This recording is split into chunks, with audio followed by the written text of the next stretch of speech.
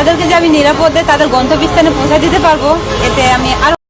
তো যে গণপরিবহনে আমরা যখন যাওয়া আসা করতাম তখন দেখা যেত অনেকে ইফটিজিং করতো, অনেকে বিভিন্ন রকমের ব্যাটটা।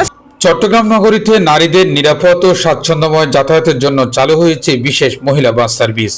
প্রাথমিকভাবে দুটি বাস নিয়ে শুরু হওয়া এই সার্ভিসে চালক ও হেলপার দুই দায়িত্বে থাকবেন নারীরা। 12টি স্থানে যাত্রীরা ওঠানামা করতে পারবেন। হ্যাঁ, নারীদের অবশ্যই পিঙ্ক কালার পছন্দ, এই জন্য এই বিষয়টা সরকারের মাথায় আসে। আমরা খুশি, এটা আমাদের পছন্দের কালার। আমরা অনেক কনফিডেন্ট নিয়েই আসছি এই কাজটা করতে, আর সর্বোচ্চ চেষ্টা করব যাত্রীদেরকে সর্বোচ্চ সেবাটা দেওয়ার জন্য।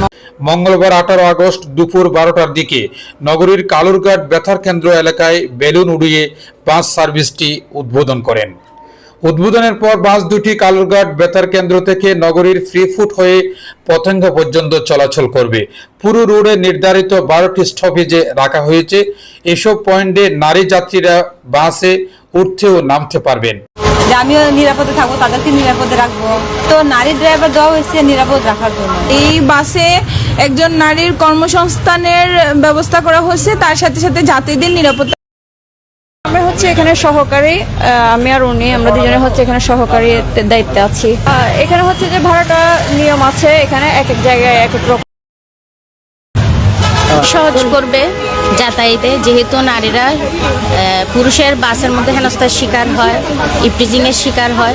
এই ক্ষেত্রে নারীদের গাড়িতে শুধুই চাচ্ছি যে মানে নতুন করে যে উদ্যোগটা নেওয়া হয়েছে যে মেয়েদের জন্য যে পরিবহন আলাদা করে, তো আমরা মানে ধারণা করতে পারি বা হচ্ছে আশা করতে পারি এই ধরনের কোনো মানে বিপদের সম্মুখীন বা এই ধরনের কোনো হেনস্থার। মেয়েদের অনেক দিনের আকাঙ্ক্ষা ছিল যে লেডিস বাস হোক, যেহেতু কম্বাইন্ড বাসগুলোতে দেখা যাচ্ছে মেয়েরা অনেক ইফটিজিংয়ের শিকার হয়, হ্যারাসমেন্টের শিকার হয়, আবার মেয়ে কম থাকলে বাসেও ওঠায় না। সেই ক্ষেত্রে এখানে লেডিস বাসের সুবিধা হচ্ছে যে আপনার হেল্পার যেহেতু মেয়ে, ড্রাইভার যেহেতু মেয়ে, যাত্রী যেহেতু মেয়ে, আমরা মেয়েরা অনেক বেশি নিরাপত্তা বোধ করতেছি আর কি। আমরা উদ্বোধনী অনুষ্ঠানে প্রধান অতিথি সংসদ সদস্য এরশাদুল্লাহ বলেন, এটি প্রধানমন্ত্রীর নির্বাচনী অঙ্গীকারের অংশ। সেই অঙ্গীকার বাস্তবায়নের উদ্যোগ নেওয়া হয়েছে। এই বাসের চালক ও হেলপার সবাই নারী।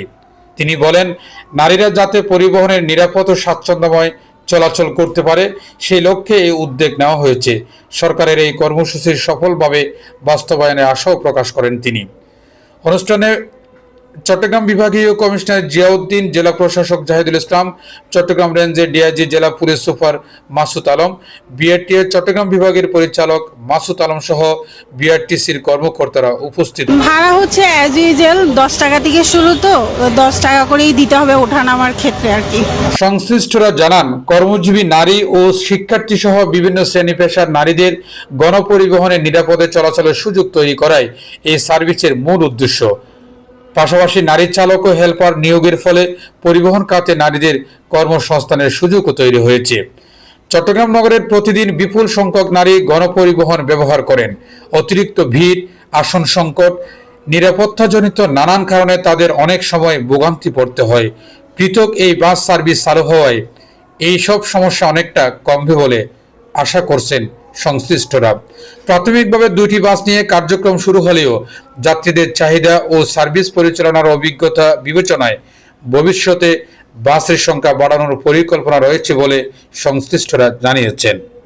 মোহাম্মদ মহিউদ্দিন, পূর্বধারা, চট্টগ্রাম।